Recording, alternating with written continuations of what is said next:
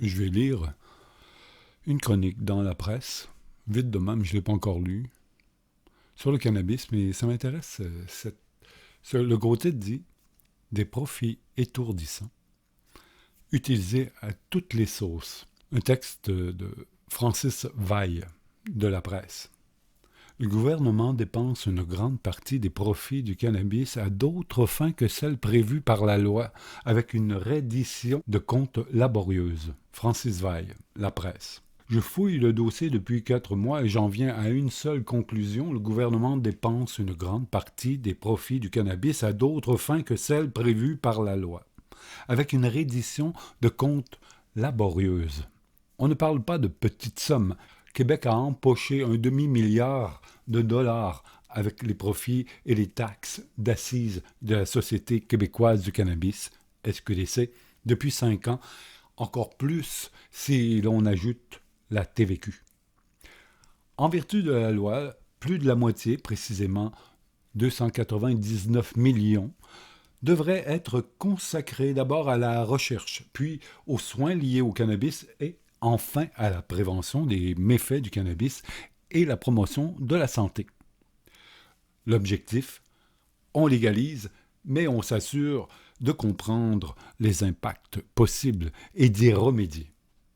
Ces 399 millions ont été versés dans ce qui est appelé le Fonds de prévention et de recherche en matière de cannabis, le FPRMC.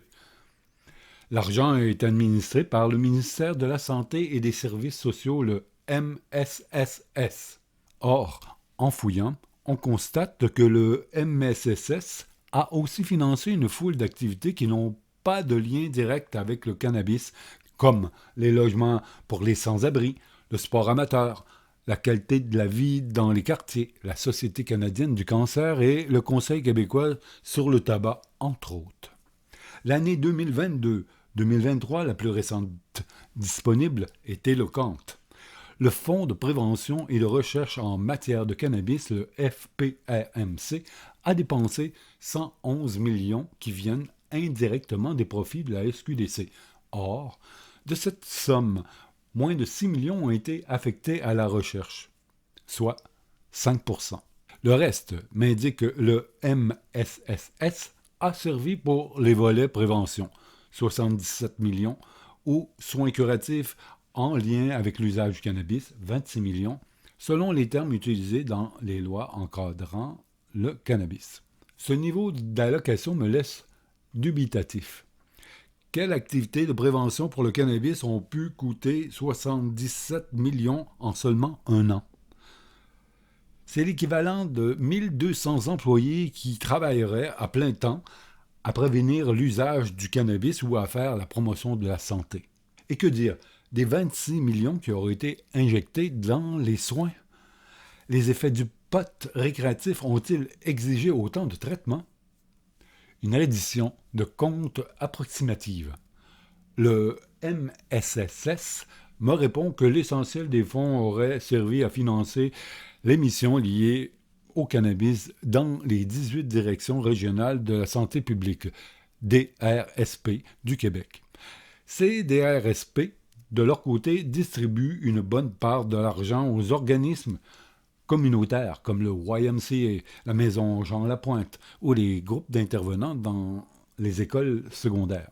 Fort bien, sauf que la réconciliation des fonds est très laborieuse. Par exemple, le MSSS m'indique avoir transféré 4,7 millions à la DRSP de la capitale nationale pour prévenir et soigner les effets du cannabis en 2022-2023. Or, vérification faite, la DRSP de Québec m'écrit avoir reçu seulement 498 000 $ à cette fin. Constat semblable à Montréal.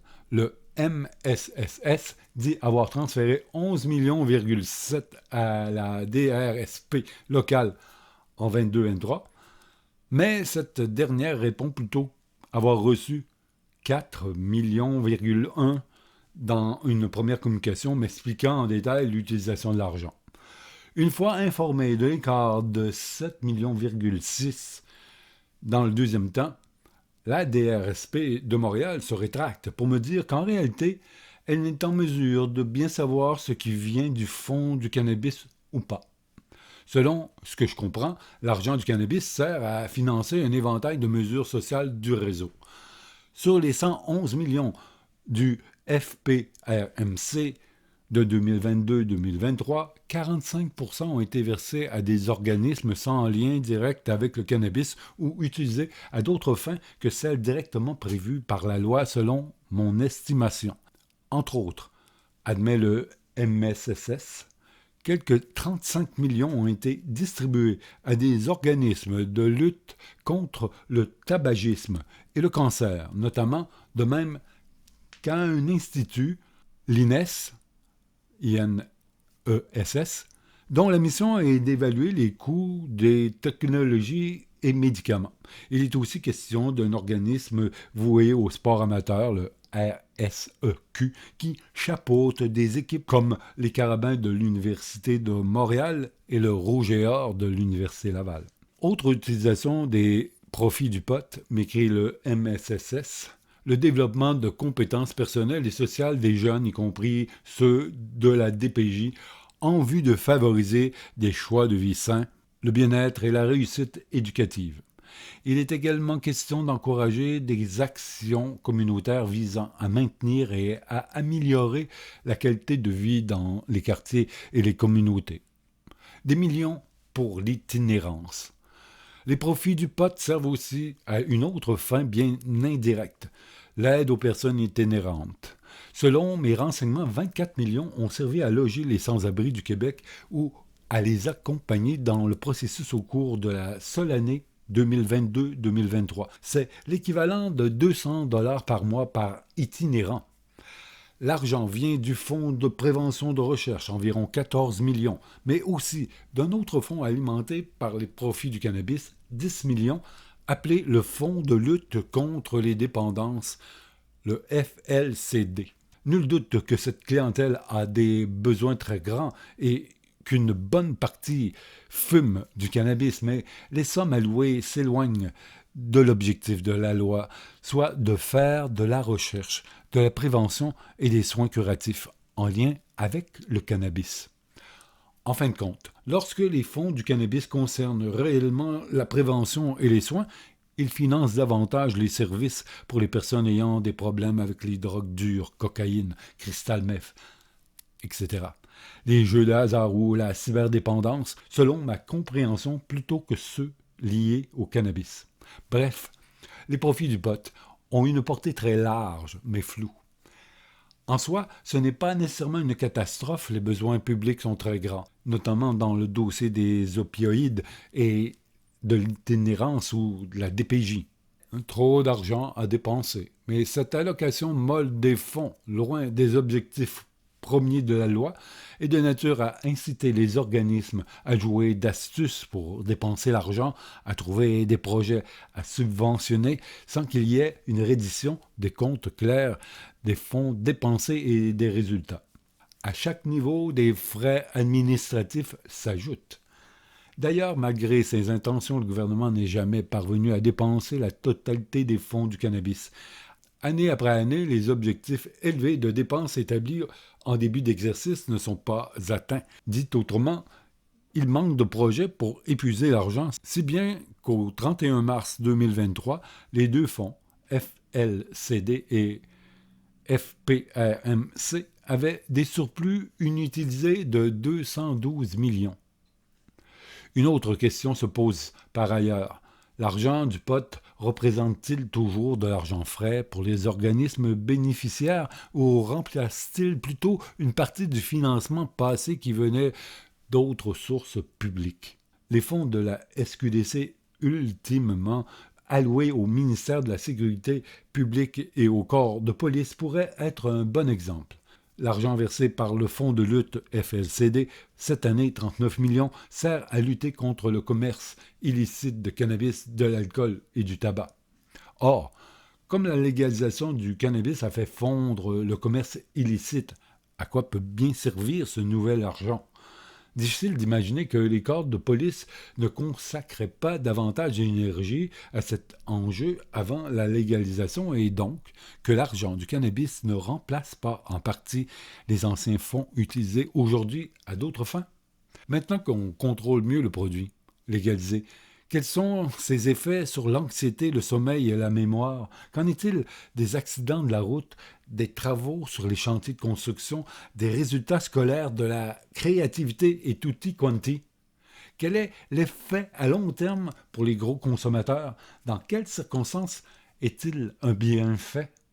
Maintenant que la légalisation a tué 70% du marché noir sans provoquer le capharnaüm dans la consommation, maintenant qu'on voit la montagne de profits qui s'en dégage, ne serait-il pas temps de resserrer la loi ou de la redéfinir? Verse-t-on assez à la recherche encore embryonnaire? Devrait-on cibler d'autres missions de dépenses et exiger une meilleure reddition des comptes et des résultats? Les réponses m'apparaissent évidentes. Le MSSS m'indique qu'en réalité, l'appellation soins curatifs que les dictionnaires définissent comme ayant pour objectif de guérir vise plutôt la prévention et le traitement des dépendances aux substances psychoactives, y compris le cannabis. 2.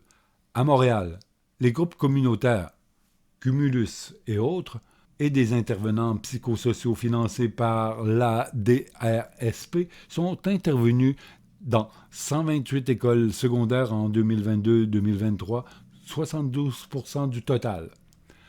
Des centaines d'ateliers de prévention en classe et des kiosques de sensibilisation ont été montés.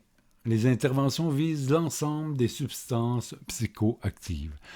3. L'argent additionnel non identifié servirait tout de même à la mission de prévention de soins liés au cannabis, soutiennent le MSSS et la DRSP de Montréal, qui n'ont toutefois pu m'en faire la démonstration. 4.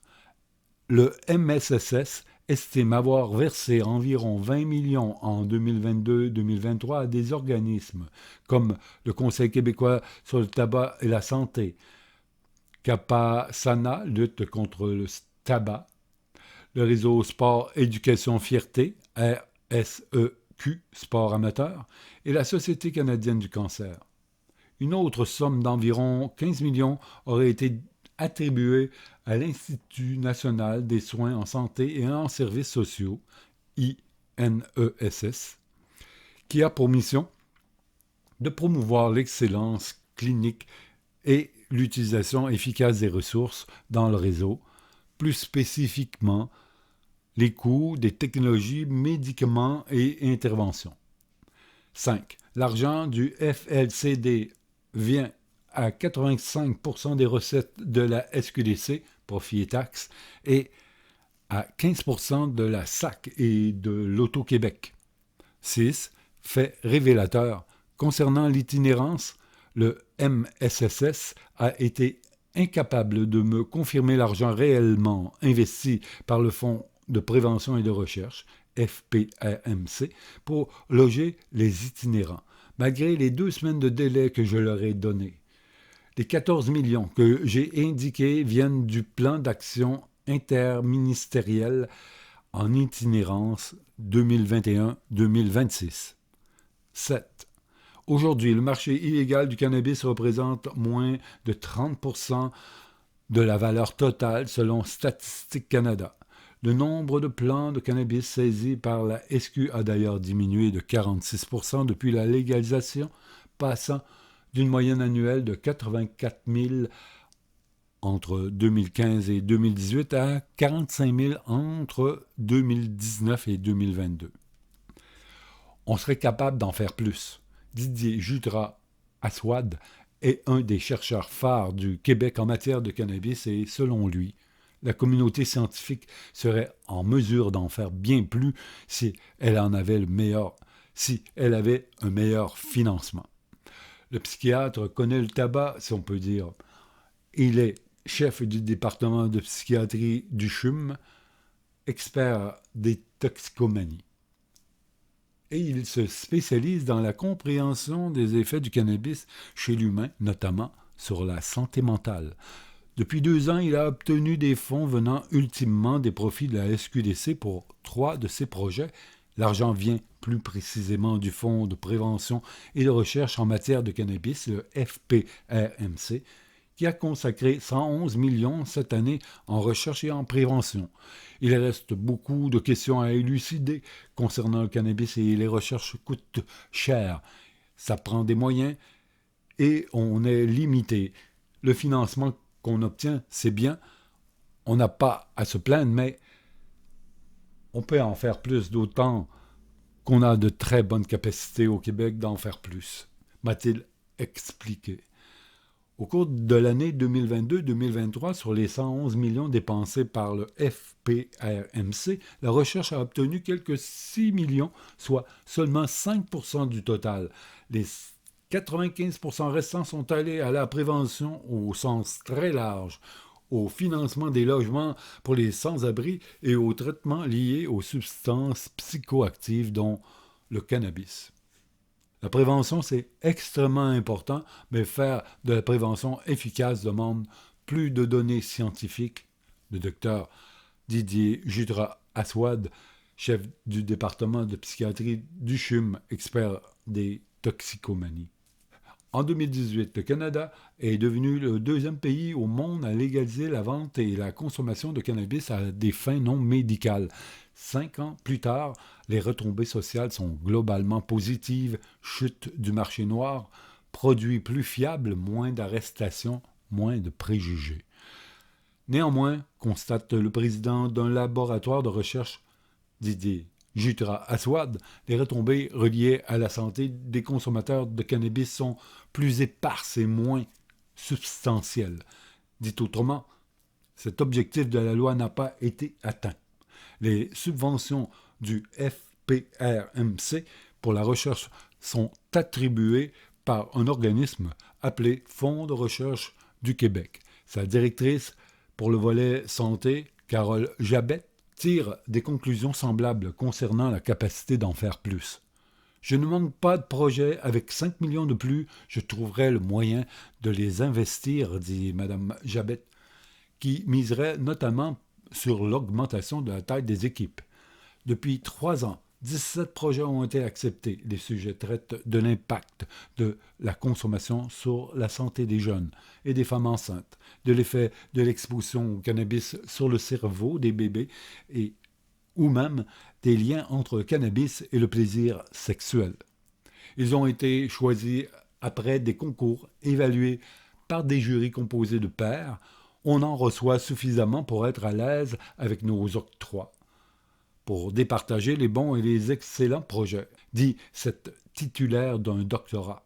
Bien plus de fonds seraient bienvenus. Il y a une limite à ce que l'écosystème de recherche pourrait absorber. Carole Jabet admet que le financement annuel de 6 millions pour le cannabis est une somme appréciable pour une thématique spécifique. 3 exemples de recherche. Consommer du cannabis en laboratoire.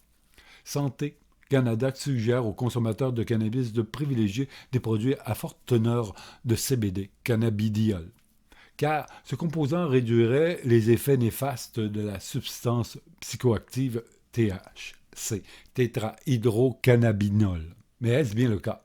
C'est ce que vérifiera le psychiatre Didier Jutras-Aswad auprès d'utilisateurs occasionnels dans des tests en laboratoire. Son équipe fera consommer 5 produits de cannabis au taux de THC et de CBD variable, en plus d'un placebo, à raison d'1 par semaine. Une centaine de participants seront recrutés au cours des prochains mois. Le chercheur a obtenu une subvention de 760 000 $ pour ce faire, issue des profits de la SQDC. En quoi le pot affecte-t-il la santé des jeunes? En quoi les jeunes utilisateurs assidus de cannabis sont-ils affectés par la consommation? Qu'en est-il de leur bien-être, de leur santé physique et mentale, de leur anxiété, de leur fonctionnement scolaire? L'équipe du médecin Didier Jutras-Aswad recrutera 350 jeunes de 18 à 24 ans qui consomment au moins une fois par semaine pour mesurer les effets du cannabis. En fait, les candidats en feront eux-mêmes le suivi en notant les effets dans une application informatique que l'équipe du Dr Jutra Aswad travaille à peaufiner. Une subvention de 676 000 $ a été accordée pour ce projet de recherche. Les bipolaires et le message de Santé Québec.